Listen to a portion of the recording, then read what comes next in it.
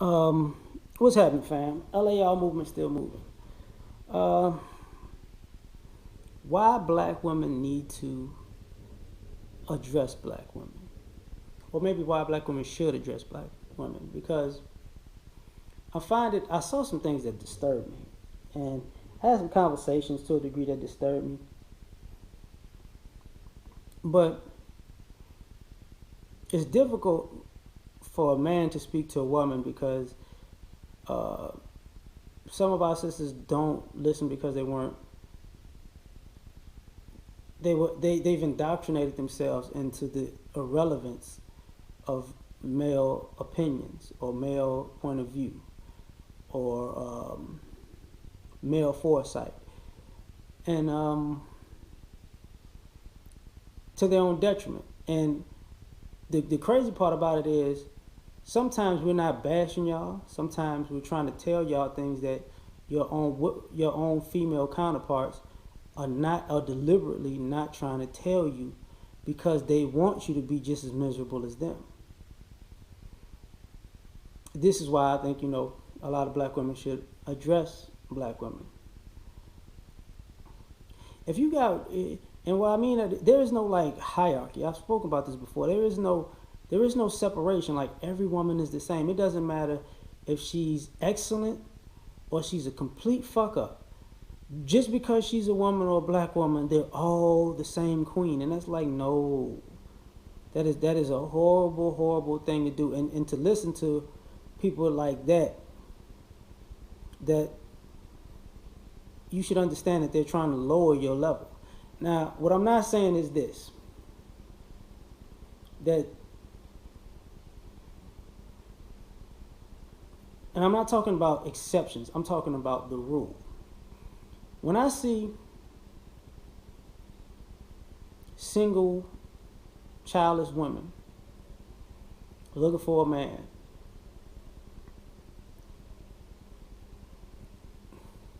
and they're on the same level playing field as single mothers of one or more children looking for the same single man with no children, I'm like, one of these women has steered y'all wrong because they let y'all actually believe that y'all two are on equal footing and y'all not.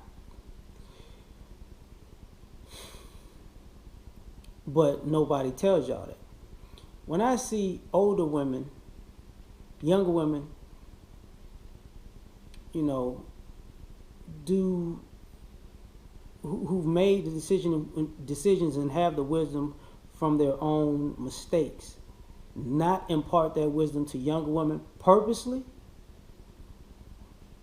or send them down the exact road, I look at it as you did it purposely. But as a man saying that to a woman, it's like, I wouldn't listen to her if I was you.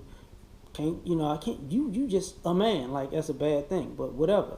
But when they send you down this road like a crash dummy, it's like, try to tell you, but you're not even gonna listen to what I'm trying to tell you now, because what I try to tell you now is like I not told you so, and you don't want to hear that, and you didn't want to hear me warn you. So where are the women who are actually warning you about the whole story? And what I mean by the whole story is this.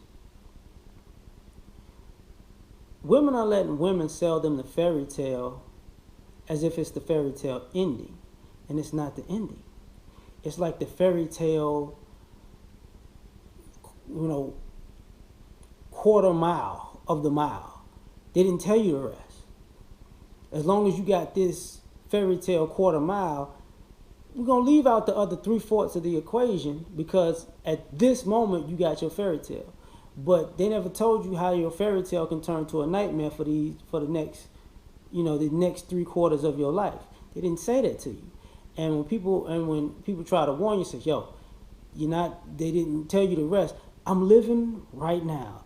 I'm feeling good right now. I'm happy right now. And the same thing that'll make you laugh can make you cry. And this is why sometimes sisters think guys are bashing. And I can see, some guys are bashing. But other guys, even in a bashing tone, are trying to tell you, do not listen to all of your fellow women, because all of your fellow women are not genuine and sincere in their advice to direct you to a certain place. They're directing your ass to destruction, and because they told you that you don't need to listen to men about, how this situation is gonna end. Because, and the only reason I'm interjecting men in this is because y'all blame us for all this shit. Like, you listen to a woman give you dating advice, but you won't listen to a man say how that dating advice will play out with men, which you need both. Like, I got homeboys I've been homeboys with forever, but I got homegirls that I've been homegirls with that's been friends of mine forever too. And if I'm thinking about doing something with a woman, I know who I need to talk to. Like, okay, as a man, is this a good plan to go by? Yeah. Is this a good way to keep it? Yeah, cool. I go to my female friends, yo, I want to do this, this, and this. How you think she gonna take it? And as a woman, she could tell me how she would feel as a woman, or how she would take it. And I'm like, okay. So so you getting counsel from both sides of the fence. And I think that's detrimental because a lot of women think, if a woman said is good as gold, and that's not true. But there is no challenging of that ideology. What I mean by that, go a little further. You ever notice that young women, using hair as an example, young women would talk about all of the reasons why they wear fake hair.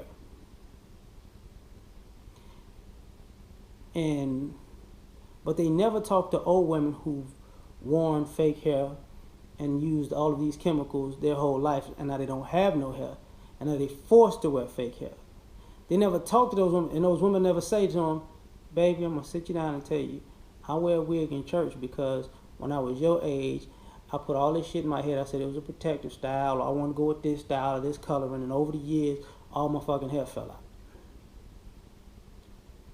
Now I gotta wear a wig everywhere.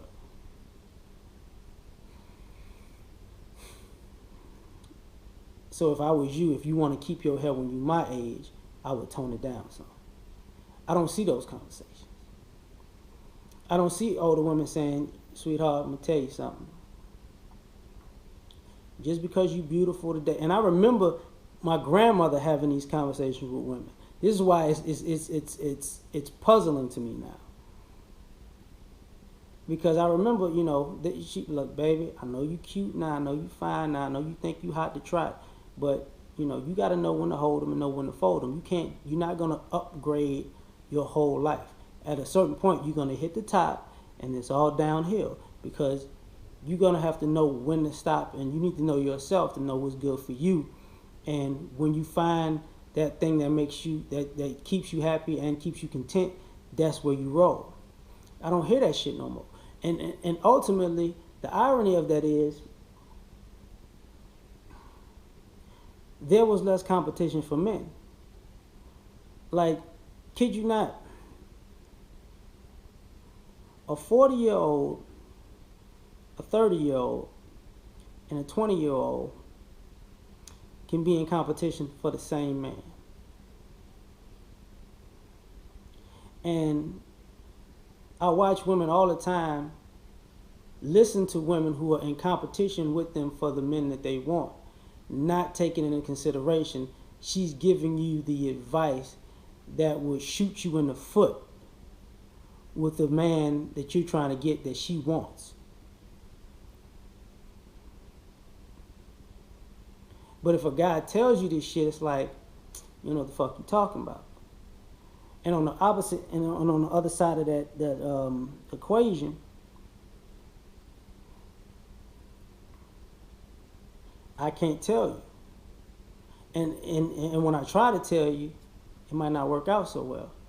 And that's the part that I'm about to get at about parenting, like, quote unquote single mother households. The idea that because a lot of people were raised by their mother's word is gold, By the time you become an adult, a lot of these people who are raised by single mothers know that their mother was probably full of shit. So why not say, okay, I need to, when I get advice from people, I need to take a step back, analyze their advice, analyze who the advice came from, analyze the intent that they gave me the advice with, instead of just going with it.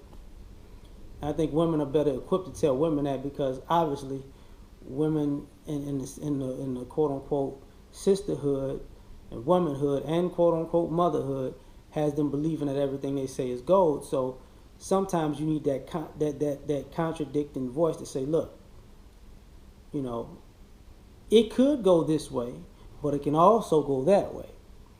And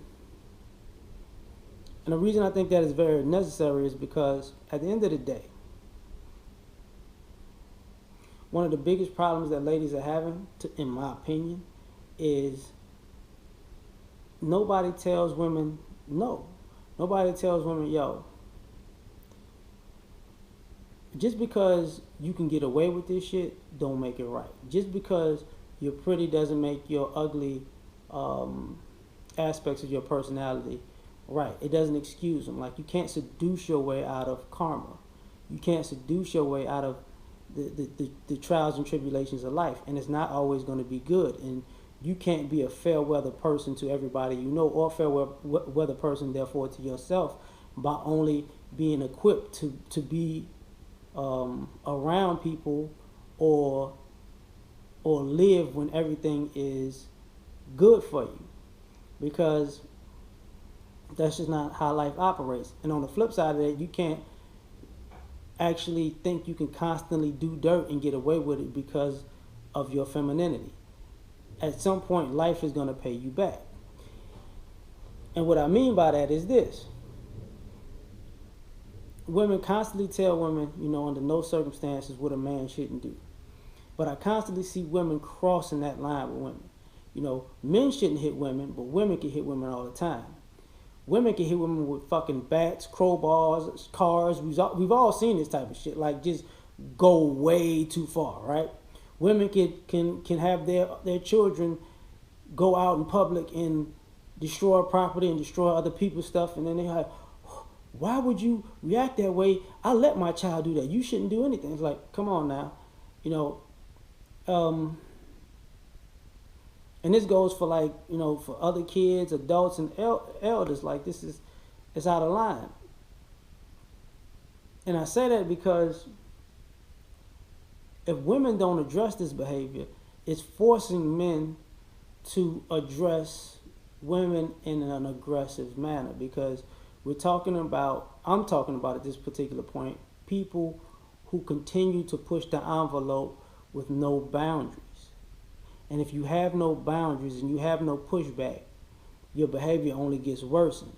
And when we're dealing with women who are not telling women, look, that ain't what's up. Like, you know, you can't do that. Like, you making us look bad. You get what I'm saying? This is not what the sisterhood is about. It creates a societal problem. Because all of a sudden, the same silent majority that we as black people talk about with racism is technically the same silent majority when it comes to female fuckery. And if you look at a race of people like, oh, but when we get shot down, y'all don't say nothing. It's cool. But when we, you know, okay, that's how we look at the fuckery. Like, ladies, when y'all do this shit, nobody says anything. So as a group, it's cool. So if y'all don't speak out, we look at it as if, okay, all this negativity y'all cool with, and y'all cool with reaping the benefits of this negativity, and you cool with the positive things you get from doing the right thing. You realize, you know, that once you intermingle positivity and negativity, and you believe you can get whatever you want out of the situation, you're just going to be a constant opportunist that people are not going to take seriously. Just like the bull who cried wolf. Because now you're not going to do anything that's quote unquote nurturing. You're going to do everything that's self-serving. So it doesn't matter if you do good or bad or right or wrong. And when women don't address that, it puts us in a bad space. I'm out.